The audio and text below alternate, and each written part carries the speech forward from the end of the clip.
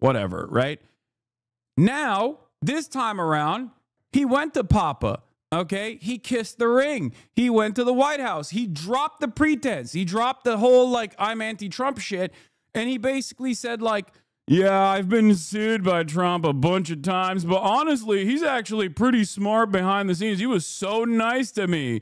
100 millionaire who also is a douchebag.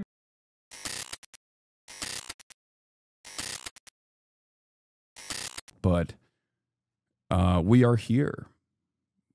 We're going to get started on a lot of the news. Like I said, there's so much happening. Larry David wrote an op-ed, My Dinner with Adolf, talking about Bill Maher's dinner with Gadolf. And obviously Bill Maher has some choice words for Larry David. And a lot of people have actually gotten mad at Larry David in the process. Like E. Fatlo has been talking about how Larry himself, how Larold himself is actually, oh my God, everyone's going to link the Taps clip today.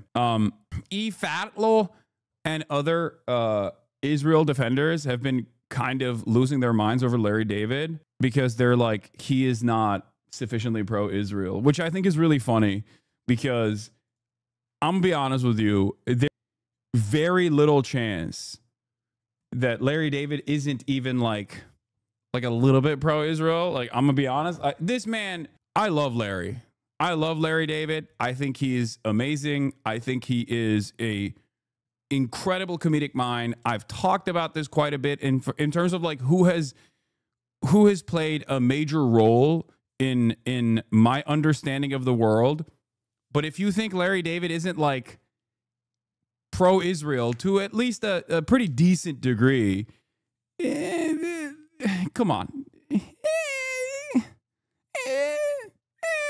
He's definitely, he's not anti-Israel. He's not an anti-Zionist. But Larold, on the other hand, okay, he is a, one, brilliant room reader, and two, gets annoyed easily, okay? So what that means is he probably fucking hates how annoying the pro-Israeli crowd is. Like, that is my assessment. That's my assessment as someone who is incredibly parasocially invested in Larry David and all of the things that he's done, and has felt kind of disappointed by him donating money to, who was it? Who was the campaign that he donated to? I think it was like Pete Buttigieg or something that like killed me. I was like, come on, Larry, you should know better than that. But yeah, I remember when I saw that, I was like, oh yeah. But yeah, Larold is I would, if I were to parasocially make an assessment on this, like I would most likely categorize him as someone who is, of course, pro-Israel, but like knows better than to just like constantly chirp about it. What is this clip? So, you know, a lot of sexual harassment stuff in the news of late, and I couldn't help but notice a very disturbing pattern emerging, which is that many of the predators, not all, but many of them are Jews. He's a very funny dude. Okay, what is this? If you want evidence that Larry David is a self-hating Jew, just watch him commit a hate crime against another Jewish man, then be applauded by Hamas terrorists. Just awful. Yeah, this was the one. All of this happened, by the way. All of this happened because Larry David wrote this article, which is correct, about Bill Maher's bitch ass going and having a dinner with Donald Trump, who is a fascist. Okay? So Larry David writes this New York Times op-ed, and then Bill Maher loses his mind. If you want to understand the timeline here, Bill Maher, incredibly annoying guy, as you know, one of the arch villains of this broadcast. Doesn't know who I am, doesn't matter. I just despise this person. He is basically everything that I hate about liberalism wrapped up into one annoying, smug, entitled asshole package with a shit ton of alcohol that is like basically on an IV drip on his arm. Now, that douchebag has always been an anti-Trump douchebag. Bill Maher is the type of person, the prototype of annoying, arrogant, entitled douchebag liberal who thinks he's more intelligent than the average dumb hog, but demonstrates the exact same qualities of the average dumb hog and basically believes in almost all of the things that the average dumb hog believes, but still has to be an annoying douchebag about it, where he's like, I don't like trans people, but I intellectualize my hatred for trans people. You don't like trans people because you're stupid and uneducated. I hate trans people because I'm educated about the matters. Like that type of guy. And he hated Donald Trump for his entire career, right? Like the first 4 years, he said a bunch of annoying shit about it. People would yell at Bill Maher all the time, whatever, right?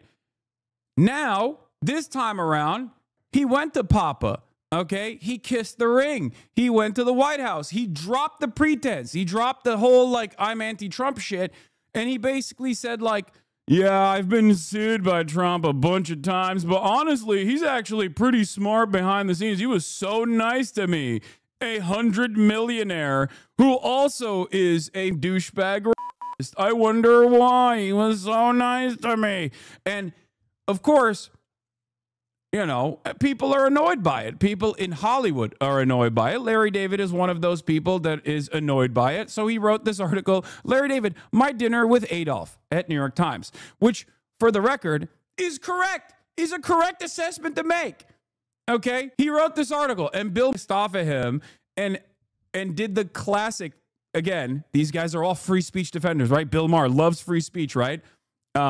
Immediately was like, it's actually Holocaust revisionism to compare Donald Trump to Adolf Hitler, and you basically are, disrespectful to the 6 million Jews that were slaughtered by Adolf Hitler. That's what he hit.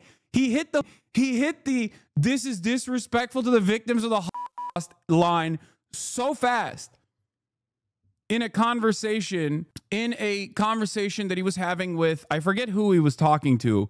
I think it was some right-wing guy that he was talking to. Bill Maher, a guy with no personal lineage connections, from what I understand, is tone policing a literal survivor descendant. Yeah, Bill Maher didn't even know he was Jewish until later in his life. Like, he grew up Catholic, dude. He is the most Catholic coder out there. For the record, just so you know, he's Mr. Religulous. I hate all religion. I'm an atheist, by the way, and I like to smoke weed. Have I told you I like to smoke weed? Oh, it was him talking to... Yeah, I didn't even know he was Jewish until like a couple years ago. Yeah, he grew up thinking he was Catholic, at least his whole life, and then like found out that he had a Jewish lineage like later. I think, I'm pretty sure. Seriously, I always thought he was Jewish. Bro, he has, first of all, that's anti-Semitic. Okay, no, if you look at his energy and his vibes, he has the most annoying douchebag Christian pompous know-it-all attitude. Okay, no, there's a very different vibe to. I literally did not know that he was Jewish until recently, or at least has like Jewish lineage, and I was shocked when I found out. He just has the most waspy attitude. I don't know how to describe it, even though he's not a wasp, he's a Catholic, but like he has the waspiest attitude. That's it. That's like, he sounds and behaves exactly like an annoying, entitled, arrogant, northeastern wasp know-it-all who thinks he knows better than you about everything, even though he is a moron. Okay? So pompous, so arrogant. Also, if he was Jewish, he'd be funnier, okay? Automatically. That's it. That's just the other side of the equation. Like, he's just so unfunny that I think it's up and disrespectful to American Jews to say Bill Maher is an American Jew. Okay? You can't make that joke. Well, I just did. Okay? Shut up. So, of course, Bill Maher himself has compared Trump's children to Nazis, obviously, because that's, classic, right?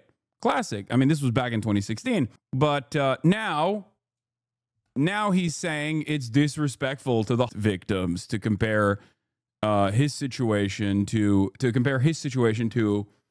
his dinner to having dinner with Adolf. Okay, where does anyone have the clip where he talks to Piers Morgan Do you guys have that clip? I want to pull it up. I want to pull up the Bill Maher clip, like him complaining about the article. Or I guess like we can start off by reading this article. It's only 4 minutes long. Larry David says, imagine my surprise when in the spring of 1939, a letter arrived at my house inviting me to dinner at the old chancellery with the world's most reviled man, Adolf Hitler. I'd been a vocal critic of his on the radio from the beginning, pretty much predicting everything he was going to do on the road to dictatorship. No one I knew encouraged me to go. He's Hitler. He's a monster. But eventually I concluded that hate gets us nowhere. I knew I couldn't change his views, but we needed to talk to the other side, even if it has invaded and annexed other countries and committed unspeakable crimes against humanity. 2 weeks later, I found myself on the front of the steps of the old chancellery, and I was led into an opulent living room where a few of the Fuhrer's most vocal supporters had gathered. Himmler, Goering, Leni Riefenstahl, and the Duke of Windsor, formerly King Edward VIII. We talked about some beautiful art on the walls that had been taken from the homes of Jews. But our conversation abruptly ended when we heard loud footsteps coming down the hallway. Everyone stiffened as Hitler entered the room. He was wearing a tan suit with a swastika armband and gave me an enthusiastic greeting that caught me off guard. Frankly, it was a warmer greeting than I normally get from my parents, and it was accompanied by a slap on my back. I found the whole thing quite disarming. I joked that I was surprised to see him in a tan suit because if he wore that out, it would be perceived as un-Fuhrer-like. That amused him to no end, and I realized I'd never. Suddenly he seemed so human. Here I was prepared to meet Hitler, the one I'd seen and heard, the public Hitler. But this private Hitler was a completely different animal. And oddly enough, this one seemed more authentic. Like this was a real Hitler. The whole thing had my head spinning. You know what's really funny about this? It is verbatim the Bill Maher monologue, and he just changed out the names of the people and the way that Bill Maher reflected on his meeting with Donald Trump with Adolf Hitler and his cadre of freaks. That's it. This entire op-ed is just literally bar for bar what Bill Maher said about meeting Donald Trump. Yeah, and he had a convo with Piers Morgan here. We'll take a look at that, of course. Bill Maher talking about his dinner with Trump at 8:30, and then afterwards we'll get to the Larry David piece that he was upset about at 11:30 in that video. But he said he was starving and led us into the dining room where he gestured me to sit next to him. Goering immediately grabbed a slice of pumpernickel, whereupon Hitler turned to me, gave me an eye roll, and then whispered, "Watch. He'll be done with his entire meal before you've taken 2 bites." That one really got me. Goering, with his mouth full, asked what was so funny, and Hitler said, "I was just telling him about the time my dog had diarrhea in the Reichstag." Goering remembered. How could he forget? He loved that story, especially the part where Hitler shot the dog before he got back into the car. Then a beaming Hitler said, "Hey, if I could kill Jews, gypsies, and homosexuals, I could certainly kill a dog." That certainly got the biggest laugh of the night, and believe me, there were plenty. But it wasn't just a one-way street with the Fuhrer dominating the conversation. He was quite inquisitive and asked me a lot of questions about myself. I told him I had just gone through a brutal breakup with my girlfriend because every time I went someplace without her, she was always insistent that I tell her everything I talked about. I can't stand having to remember every detail of every conversation. Hitler said he could relate. He hated that too. What am I, a secretary? He advised me. It was best not to behave anymore. It was best not to have any more contact with her, or else I'd be right back where I started, and eventually I'd have go through the whole thing all over again. I said it must be easy. It must be easy for a dictator to go through a breakup. He said, "You'd be surprised. There are still feelings. There are still feelings." That really resonated with me. We're not that different after all. I thought that if only the world could see this side of him, people might have a completely different opinion. 2 hours later, the dinner was over, and the Fuhrer escorted me to the door. "I am so glad to have met you. I hope I'm no longer the monster you thought I was. I must say, mein Fuhrer, I'm so thankful I came. Although we disagree on many issues, it doesn't mean that we have to hate each other." And with that, I gave him a Nazi salute and walked out into the night. So he basically just said, he basically just wrote this article. It's a satirical op-ed talking about, comparing Bill Maher's experience normalizing and like defending Donald Trump to Bill Maher doing this for Adolf Hitler, right? And that's an understandable comparison to make. It's one that Bill Maher has made time and time again, and especially in his second term. If you guys remember, if you were in here in the first Trump tenure, I said over and over again that he was a proto-fascist, that he wasn't a full-blown fascist, that he did not have the ideological motivation to implement fascist policies, even though there was a lot of white nativist policies that he implemented. But he wasn't like trying to he wasn't coherent enough in his worldview where he was trying to implement some sort of like administrative control in the same way, right? And I was right. In the first term, he was a proto-fascist. He had the instincts for it, fine. That's narcissism. That works really well. But this time, it's a little different. Why? Because all of that narcissism and vengeance is allowing him to perfectly align with the interests of the Republican Party in perpetuity that wanted to do unitary executive committee, a unitary executive theory that is now giving Trump, or rather, Trump is a perfect vessel for these sorts of actions. And they have been taking steps to implement this agenda. We are here already, right? We're here. They arrested a judge yesterday. They arrested a judge, claiming that the judge was actually obstructing justice, right? So TMR played this clip today from 2018 at 6:27 of Bill saying the exact same thing to Geraldo. Where is it? At 6:27? Oh, they're both. You know Trump is my friend. I've known Trump for 40 years. I don't have I to. knew I OJ. don't have to. He didn't. So did Trump. He didn't. So did Trump. I interviewed Trump about OJ He didn't remain my trial. friend when I felt he had a certain moral lapse. Well, in my family, my wife agrees with you. She doesn't like his policies on so many things that I already listed, so she just can't stand the guy. I'm different. I can separate the man who's always been gracious to me, always been nice to my family. You know, we were on Celebrity Apprentice together every day for 6 weeks. I've known him really through every gives a aspect. shit. He's running the world now. What does that matter that he was nice to you at Thanksgiving? Geraldo, I'm not trying to be an asshole to you. You're a smart guy. This befuddles me. I looked up to you. You know, if you don't look up to me because I'm still friends with the President of the United States, then shame on you, not on me. I don't look up to you because the President of the United States is doing the things that he's doing. Who liberated the developmentally disabled? I mean, seriously. Who stood shoulder to shoulder with the GIs in all of those places? Yeah, so he's a hypocrite. We know that already because Bill Maher got access this time around. This is from 7 years ago. Remember, April 6, 2018. Now Bill Maher is doing the Geraldo Rivera take, ironically enough. And it's actually really interesting that he's doing it right now because Trump is even worse than he was the last term. Trump is worse than he was the last time around. This isn't to say that he was fine the last time around. I think the comparisons of Trump being a fascist or comparisons to Adolf Hitler were perfectly apt even back then. But it is hilarious to me. It is hilarious to me that he is now he's now watched this administration become even more competent. Okay, as his popularity is cratering due to a multitude of different fucking reasons. And Bill Maher's like, now is my time. Now is my time to shine. I will defend him from the reasonable center. It is insane to me. Do you have the Zaid thread? I want to see the Zaid Jilani thread of Bill Maher calling Trump Hitler over and over again. I think part of the reason why, Bill Maher complained about Larry David's satirical op-ed saying that making jokes invoking Hitler is insulting the Jews. Now, there are a million different instances where the human version of fucking Brian Griffin, Bill Maher, actually that's an insult to Brian Griffin, I'm not going to lie, but Brian Griffin's human version, I guess, but a significantly worse version of Brian Griffin, has made these comparisons, okay? He's made these comparisons and a lot more. And yet here he is crying to Piers Morgan about Larry David making this apt comparison. People have been in the news that entire time. Donald Trump, Elon Musk, and Bill Maher.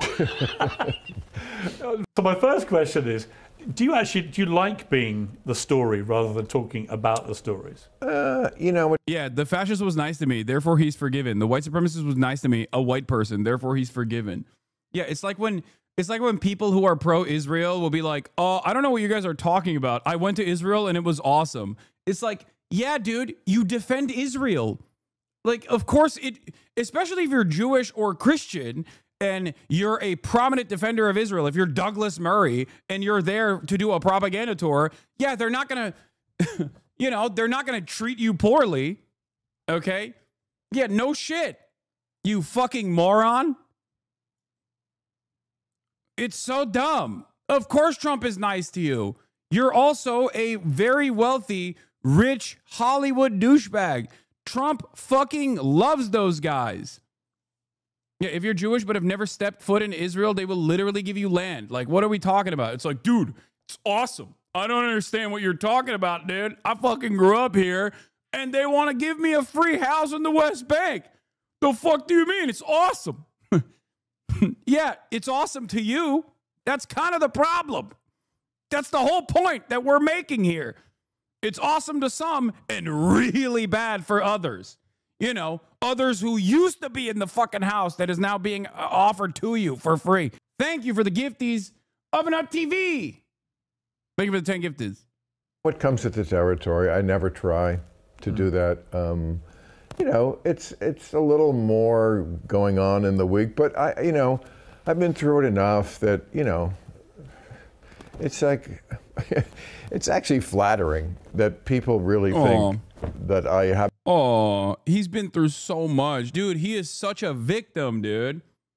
He is such a victim, dude. He is, God, society will never live down the shame of harming this beautiful man over and over again.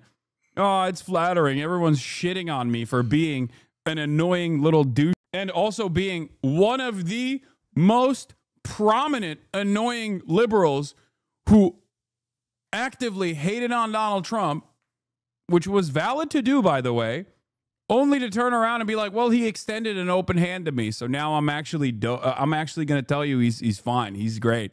Good dude. Real good guy, actually. Real smart guy behind the scenes. That's what he said. That was what was so crazy. The fact that his take was, well, I thought Trump was an idiot and that's why I hated him, but it turns out he just presents himself as an idiot on television. That makes it worse, man. That makes it worse. That makes the situation worse. That means he's like deliberately. I don't even believe Bill Maher on that, by the way. I do think Trump. Hey, Fiona! Hey! Stop barking. Oh my God. All right, get out. Out. Fiona, out. Okay. I'll let him. No, Fiona, leave. Go over there. Okay. She's getting old. It's going to be like that. Yeah, she barks at my dad all the time. And now she's like wagging her tail. Bubba, yeah, grab Fiona. Fiona, go. Go. Why are you so mean to Fiona?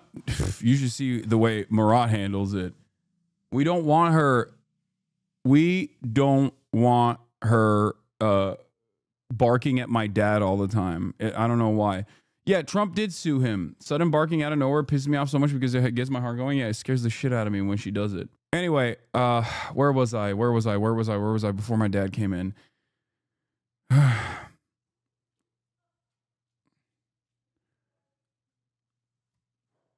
Well, he thinks he's so smart, of course, so he searches similarities to his president. So, look, the point I was making, glazing Bill Maher, I was not glazing Bill Maher. Bill Maher's pivot to Donald Trump. No, Fiona, no. Get away. No.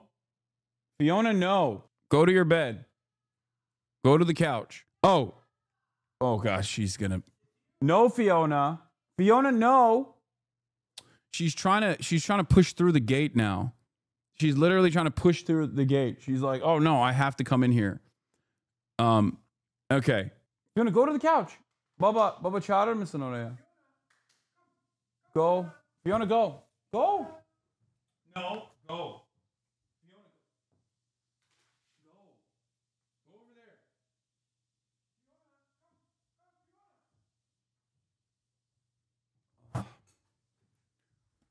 Oh, God. Fiona can't be imprisoned. No, she wants to be imprisoned. She wants to be imprisoned. Anyway, my point that I was trying to make was this, okay?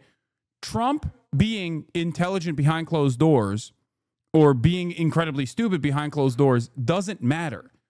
Trump's actions and the implementation of his agenda is what matters. The impact of the president's actions is what matters. George W. Bush was a moron. George W. Bush also is one of the worst presidents in American history of all time. A global destabilizer. Did he make those decisions personally? No, Dick Cheney did.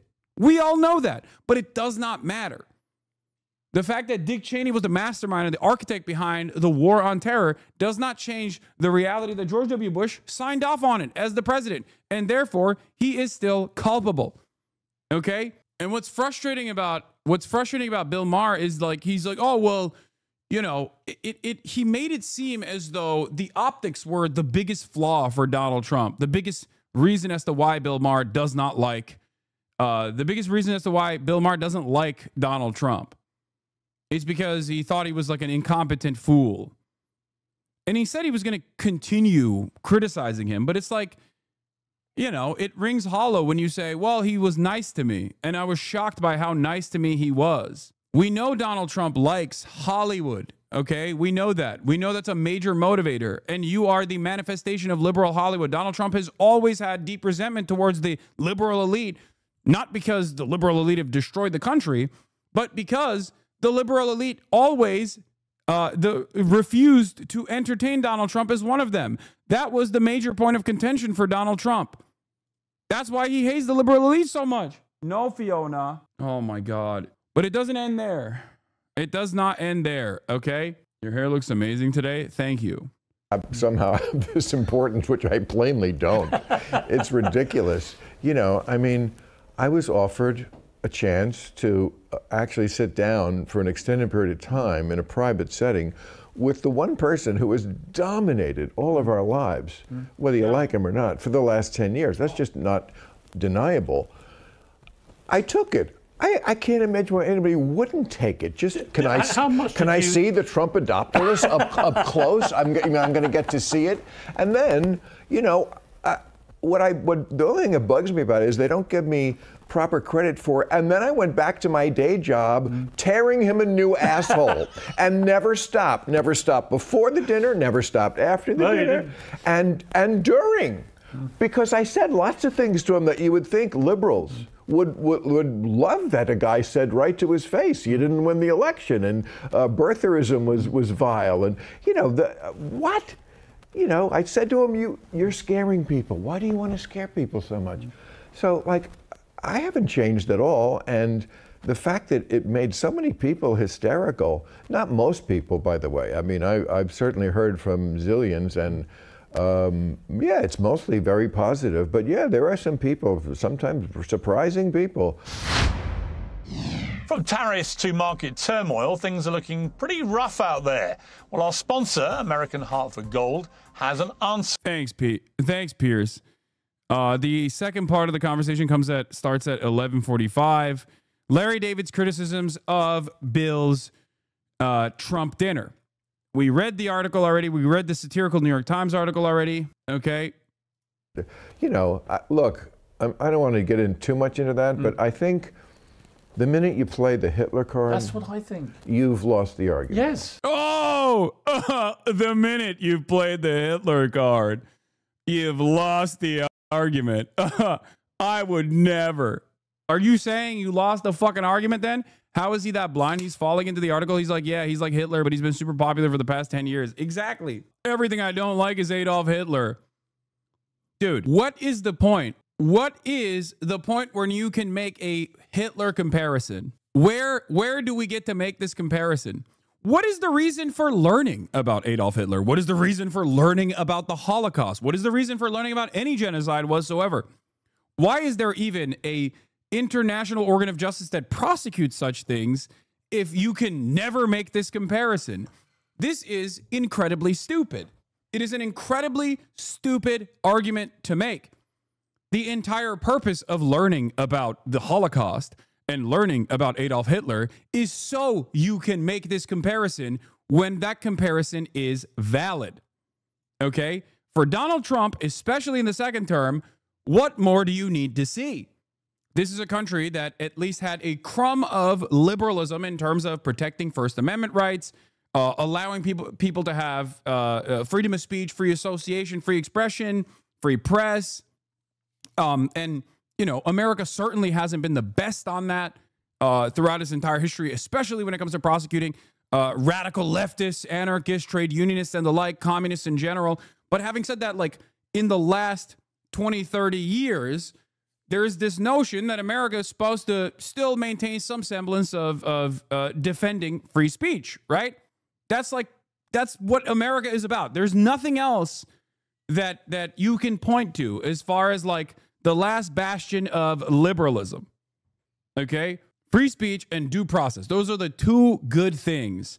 It comes down, maybe not even free speech, but like due process especially comes all the way down from like the Magna Carta tradition. Okay? This is like 1,000 fucking years, babe, of trying to get this thing right. Donald Trump taking that away is the most Hitlerian thing he could do. It's insane that more people are not angry about this all the goddamn time, partially because they are so invested, so incredibly invested in managing the unpopularity of the apartheid state doing a live streamed child holocaust, as I tweeted about last night. I said, actively trying to manage the unfavorability of an apartheid state that's doing a live streamed child holocaust has collapsed the already limited credibility the West had about defending liberal democratic values. This is what happened in Germany. A pro-Palestine activist was convicted in Berlin for incitement to racial hatred for asking, have we learned nothing from the Holocaust? You have the FBI busting down the doors of pro-Palestinian American activists, American citizens who are pro-Palestinian student activists. FBI's breaking in their houses. You have the State Department revoking people's visas left and right, trying to kickstart a deportation process for them for the crime of writing a student newspaper article about Israel. Not even about America, just Israel. This is the last bastion. This is the last battle for preserving any semblance of liberalism and liberal protections in the West. Okay, once all of this falls apart, it's done. It's over. The whole Western world is entirely fascist. The most indefensible version of fascism and the most indestructible version of fascism is upon us. This is why I say this is a scary time to be alive, because there is no anti-fascist counterbalance here. There's no like allied coalition, and it's here. And of course, people will say this was happening for quite a while, and I understand that. I am an anti-capitalist in the United States of America. This accelerated post 9/11, but it existed before 9/11 as well. But it scales upwards, okay? It is an unstoppable force unless someone just says, we're done with this. We have to go back. We have to return to the tradition of liberal democracy, at least theoretical liberal democracy. Do you understand? Because throughout time, we've had the McCarthyist trials, we've had purges, we've had internment camps for the Japanese during World War II. We've had dark moments in recent U.S. history as well, right? That's true. But all of those dark moments have marginally moved the needle in this direction to finally get to a position where someone who has the motivation, and the Trump administration certainly has that motivation, to just completely rewrite this fundamental principle. And once it's rewritten, once that precedent is set, it doesn't matter how you open that door. It can be over Israel. It can be over anti-Semitism. It can be over whatever you want to have that conversation over. But once that precedent is gone, once that legal protection is gone, once due process is gone, it is impossible. It is impossible to return to a system where those values will be preserved without some kind of violent revolution or some kind of military coup. Okay, so the fact that people are sleepwalking towards this, the very fact that people are sleepwalking through this entire process, where like, this administration is taking some severe actions against the First Amendment in broad daylight over and over again, and couching this under immigration enforcement, or national security. The Democrats are not making a bigger fuss out of this is psychotic to me. The fact that you have assholes like Bill Maher also running around and talking about how great Donald Trump is and how nice of a guy he actually was to him is doubly insane. This isn't fear mongering. This is telling you what is going on. It's not fear-mongering at all. Fear-mongering would be if I was a right-wing person and I was talking about how they're going to black bag us and put us in FEMA facilities for saying that Barack Obama is actually a Muslim agent. That was fear-mongering. This is real. Every single time right-wingers have talked about First Amendment violations because, I don't know, they said the N-word and got banned off Facebook, that was fear-mongering. That's not a real violation of the First Amendment. A real violation of the First Amendment is when the government interferes in free speech, when the government offers penalties for free speech, for exercising your free speech. Fear-mongering is when right-wingers say they're coming after your guns. Fear-mongering is when people say they're coming after Christianity. That's fear-mongering. There is no real threat to any of these things. This is real. This is happening right now. This is just me explaining what is happening at this very moment. So if you feel fear when you understand the things that I'm saying, my warnings, if you heed my warnings and you feel fear, that means you recognize the damage and you recognize the potential long-term impacts, okay? When someone says, they'll throw you in the slammer for saying Merry Christmas, brother, that's fear-mongering. That's not real. Do you understand? That's not a real thing. That's not happening. You're just making that up. But when you say what is currently taking place, someone got black bagged in the middle of the street by plainclothes ICE officers for the crime, in air quotes, of writing an article that criticized a foreign nation. That's not me fear-mongering. That's what literally took place with Rumeysa Öztürk. That is precisely what happened. She's a Fulbright scholar at Tufts University. And the reason why they fucking put her in a detainment facility was because she wrote an article criticizing a foreign state. And it's on video. It's not like this is speculation. It is straight up on video. Yeah, you can't say we are crying wolf if there is a wolf in front of you, okay, and the wolf is howling, and you see the wolf on tape, on video. Then there is literally a wolf there. You're not just crying wolf. There's a fucking wolf. I'm pointing to the wolf. And also, I must say, you know, come on, man. Hitler, Nazis, nobody has been harder about and more prescient, I must say, about Donald Trump than me. I don't need to be lectured on who Donald Trump is. Just the fact that I met him in person. Well, it seems like you do need that. It seems like you need that, considering the commentary that you engaged in. Didn't change that. And the fact that I reported honestly is not a sin either.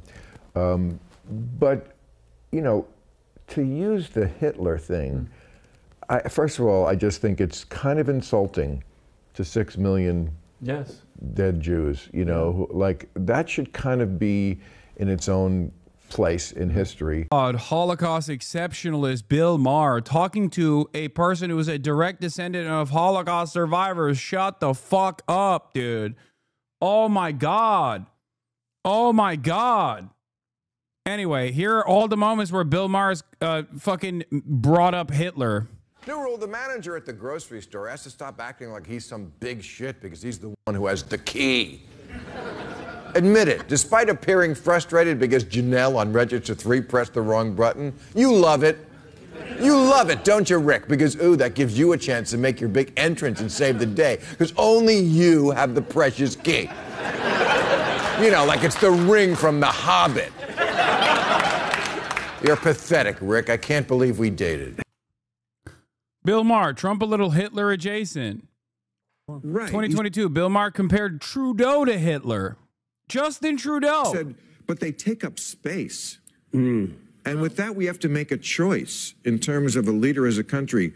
Do we tolerate these people? It's like, tolerate them. Now you do sound like Hitler. That was... And recently... Same year, he said J.D. Vance and Elisa Stefanik were talking like Nazis. He cracked the joke saying Melania is Mrs. Hitler. 2016, Bill Maher did a segment comparing Trump's speeches to Hitler's.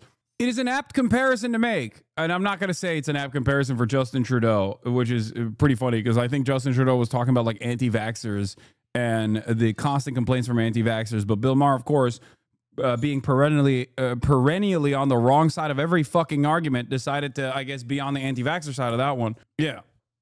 The only people you can compare to the Nazis is Hamas. Only Hamas is comparable to Adolf Hitler.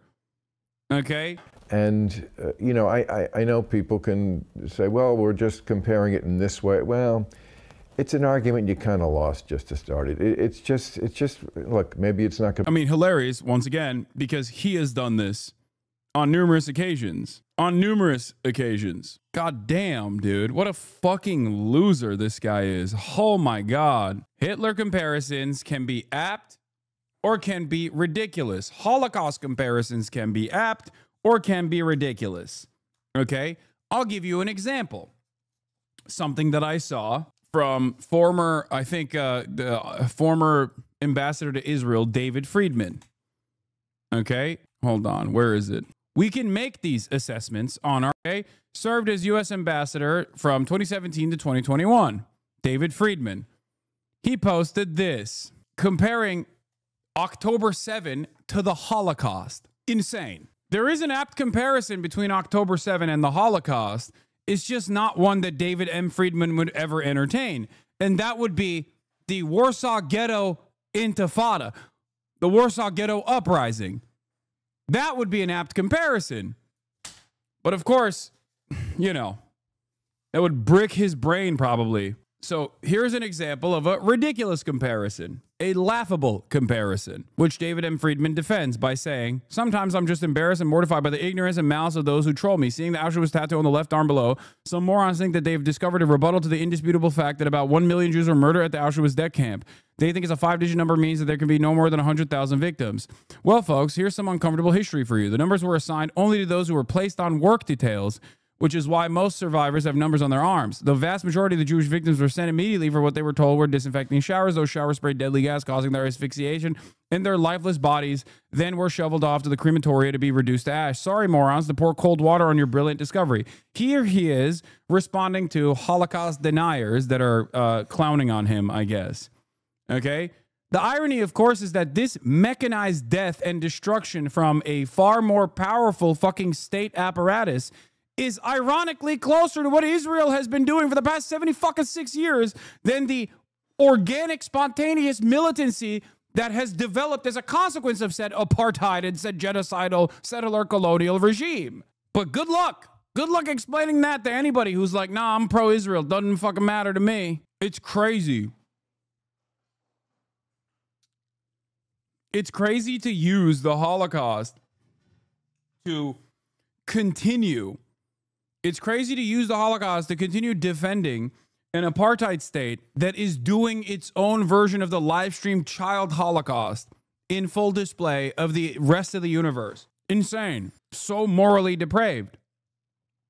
Having said that, however, as I have done in this process, comparisons between the Holocaust and what Israel is doing are totally apt, because it is a fucking violent, rabid ethno-state built around an exterminationist, ethno-religious supremacist ideology. That is literally what the Nazis were doing as well, constantly looking for additional land for living space. It is almost a one-to-one comparison. The only difference is they don't have concentration camps where they're murdering people, 100 people at a time. That's the only difference. Instead of that, they're bombing them. That's it. Completely logically fair, but Hitler has really kind of got to stay in his own place. He is the goat of evil, and we're just going to have to, I think, leave it like that. So, you know, did I think that was appropriate? No, but people have the right to... Did you know he was going to do it? Of course not. And people... So how did you find out? You know, my publicist said, this is going on today, and you should know it. And I was like, oh, okay. You know, I mean... Have you had any contact with him since? No. And that's okay. I'm the real victim here. I'm the real victim. How dare Larry David compare Donald Trump to Adolf Hitler? How dare he? I'm Mr. Free Speech, but I loved hanging out with the guy that is finally delivering the death blow to free speech as it stands in America. Remember how intellectually and morally bankrupt all of these fucking supposed free speech defenders are. Remember that. These are all free speech defenders, chatters. Remember that. From Bill Maher to Ben Shapiro to Barry Weiss to all of these right-wing commentators that were supposedly for free speech. Every single one of them is an intellectual fraud. Every single one of them has demonstrated their moral depravity. Because right now, Asmongold, another great example, okay? Every single person that has been like, I love free speech, turns out the only reason why they, quote unquote, love free speech was to defend people saying hate speech. That's it. Nothing else. Nothing else. When the moment came, and in broad daylight, the administration decided to take action against people exercising their First Amendment rights to criticize not even the United States of America, but a fucking foreign nation, calling out the atrocities. And all of these dipshits are quiet or championing it. They're either not saying anything about it on purpose because they know how hypocritical it looks, or they're championing it without even caring about how hypocritical it looks. Okay, look, my whole reason to go to the White House, you know, I said it right at the beginning of the speech I made about it, was, you know, talking to Kid Rock right here, and we were just like, there's got to be a better way than just hurling insults from 3,000 miles away. I mean, maybe, you know, nothing will come of this, but what I know nothing will come from is pretending to ignore the person who has all the power. Democrats have no power. So to think that your method of running out of the room screaming, I'm not talking to you, maybe my thing has a 1% chance of succeeding. Yours definitely has zero. Not zero. And the final thing I'd say about the Larry David thing is I read it and I was just like you. I find it really strange because, like, it's not like, dude, it's not like he had that conversation and, like, convinced Donald Trump to not do some of the things that he's doing. Like, you have to look at this. You have to look at what took place here. Bill Maher going and visiting Donald Trump and having this, like, back and forth and whatever. And then the aftermath of that back and forth, like how he or recounted that experience, right? In that process, who won? Okay, who gained more out of that? If Bill Maher seemingly cared about upholding these, like, liberal values, for example, okay, did he get anything out of that other than, you know, having direct access to Donald Trump? No, he didn't get shit out of it. It's not like he was able to convince Donald Trump to stop, I don't know, deporting people. You didn't get anything. You got a fucking Trump hat, and Trump got a lot out of it. He got a hater, a liberal, a very loud liberal hater of his who only hated him on the optics anyway. He didn't have real fucking smoke for Donald Trump in the way that, like, I do, for example. He got that guy to turn around and say nice things about him. So you got duped by a moron, is my point. Like, that's what's so crazy about it. This guy is not the most brilliant guy. You understand? Donald Trump is not the most brilliant guy at all. He's constantly getting duped. He's getting duped by people in his immediate orbit. He's getting duped by China. He has he got duped by Vladimir Putin, famously, where he thought that Vladimir Putin actually cared about him, I guess. That's why he said, Vladimir, stop. Putin, stop. This happened yesterday. And Bill Maher, in all of his seemingly intellectual superiority complex, in all this time, Bill Maher thought he was intellectually superior to Donald Trump and Trump supporters. And it turns out that fucking dumbass was able to dupe him in the same way that others have duped that dumbass. What happened? How'd this happen? The moment I saw Hitler. Yeah, okay. And then the rest of it is just like complaining about Adolf, okay? But yeah, so Larry David writes this article. He fucking complains about it, even though he has time and time again made this exact same comparison.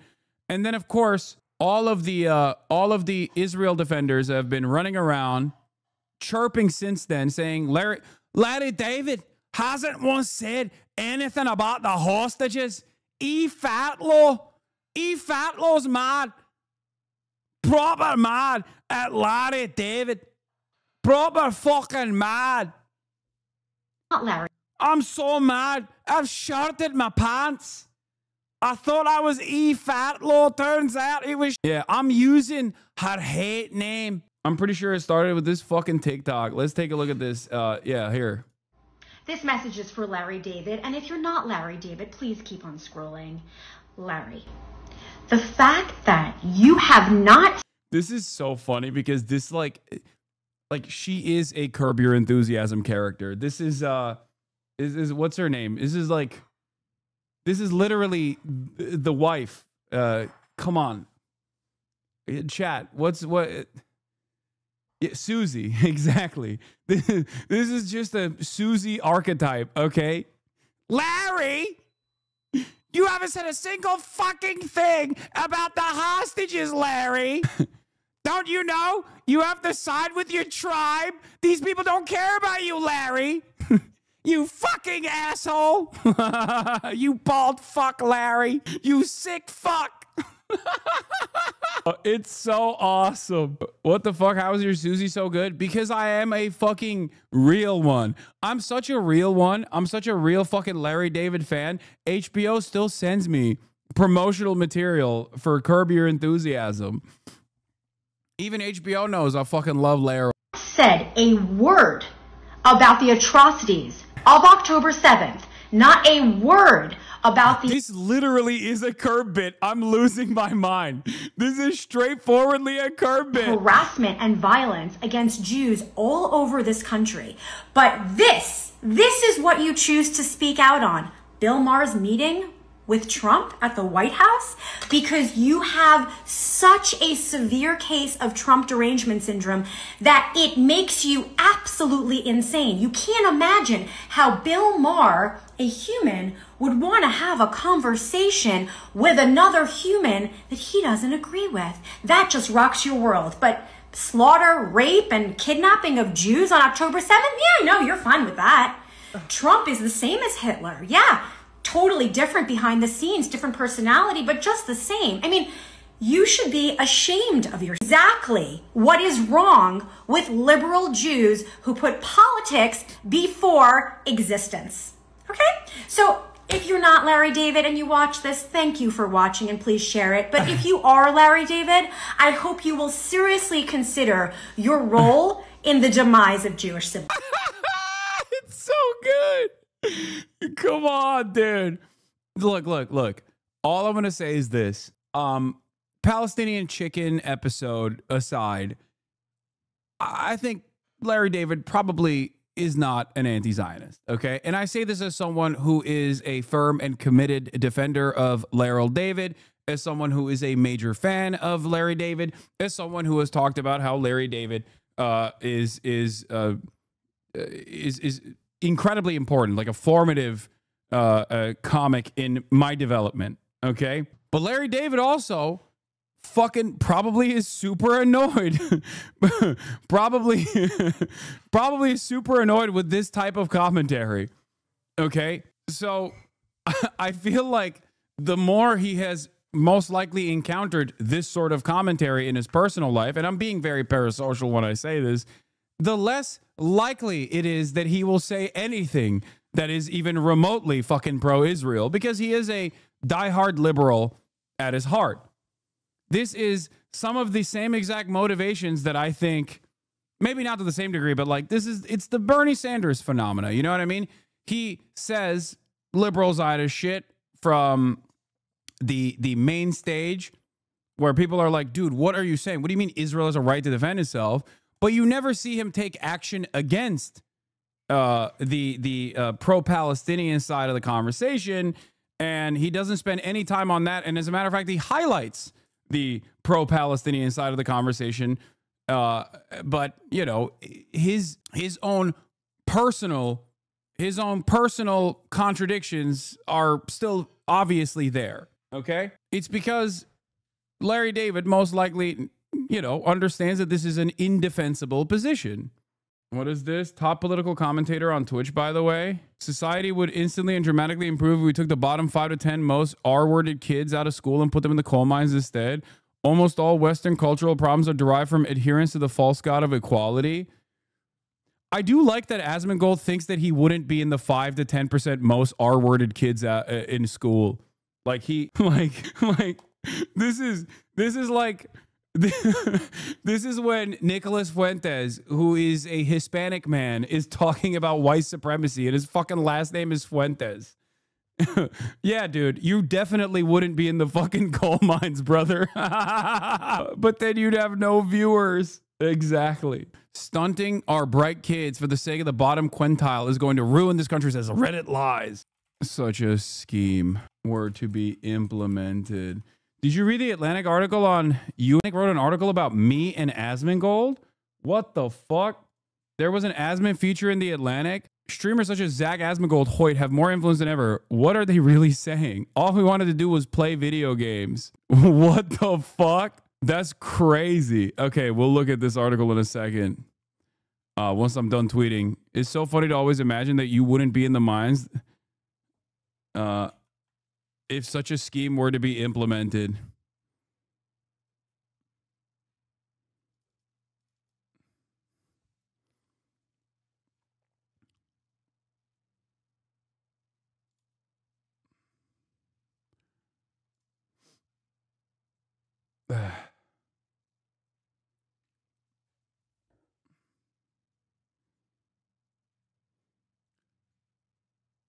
JD Vance has started following Curtis Yarvin. Great. I mean, he's already gross as fuck. Oh, one more Larry David moment here. There are 2 more Larry David moments from Curb Your Enthusiasm. Hey, Larry David on E. Fatlow's best friend, Barry Davis. Larry, come for Shabbos dinner one of these weekends. Or Barry Weiss. Barry Weiss? Hey, Larry, come for Shabbos dinner one of these weekends. We had Barry Weiss last Friday night. She's fantastic.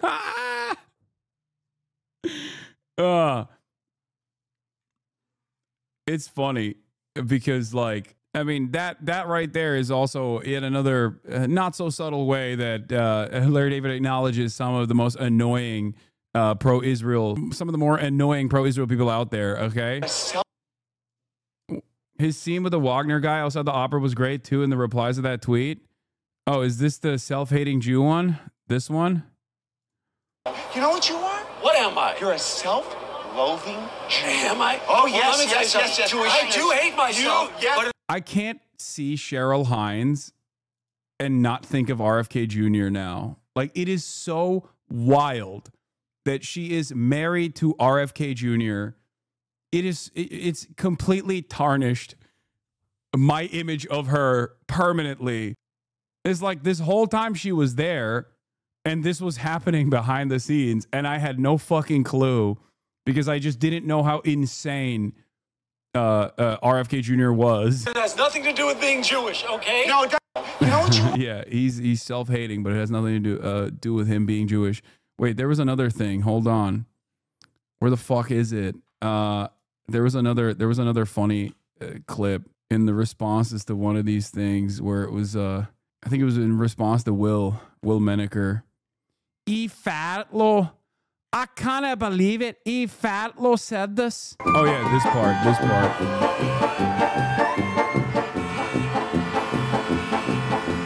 going on?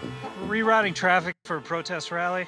Some Palestinian chicken place opening up next to a deli. Can you move forward, please? This is from 2011, by the way. I know. I mean, look, there is a little bit of tone deafness to this as well. Make no mistake, right?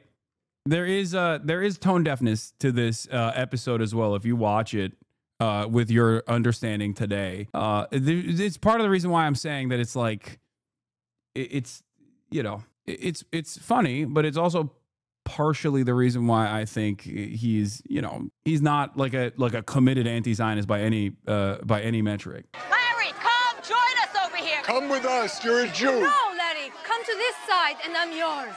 Larry, I'm yours whenever you want. Come over here. Larry, you belong with us. Come. There's no decision. Get over here. Larry, I have a sister. You, me, and what parts age badly? I mean, what do you mean? Larry David is like, in the beginning of this episode, Larry David is also in a relationship with her, with a Palestinian woman. But like Palestinian humanity is not predicated upon, Palestinian humanity is how sexually desirable they are, or how good the chicken is. Okay. That's the reason why it's like somewhat tone deaf is what I'm saying. Not to be the friend who's too woke. And Yasmin, the three of us. All right, that's enough. Just get the fuck over here. Just get the fuck over here. Stop being an idiot. Larry, come over here. Larry, Don't be get over here. Just don't be listen to them, Get Larry. over You're here. embarrassing. Anything you want, Larry.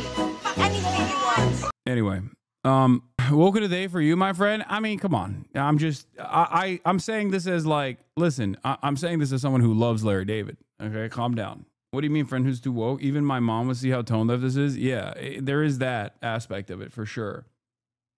But, you know, it's from 2011. I'm pretty sure there's a part of that episode where Larry says about Palestinians that their entire identity is based on anti-Semitism. Yeah, I don't know. I don't remember all of it. Anyway, there's apparently an Asmongold piece on this as well, but that was the little Larry David part that we were going to talk about. Now we're going to get to some real Hitlerian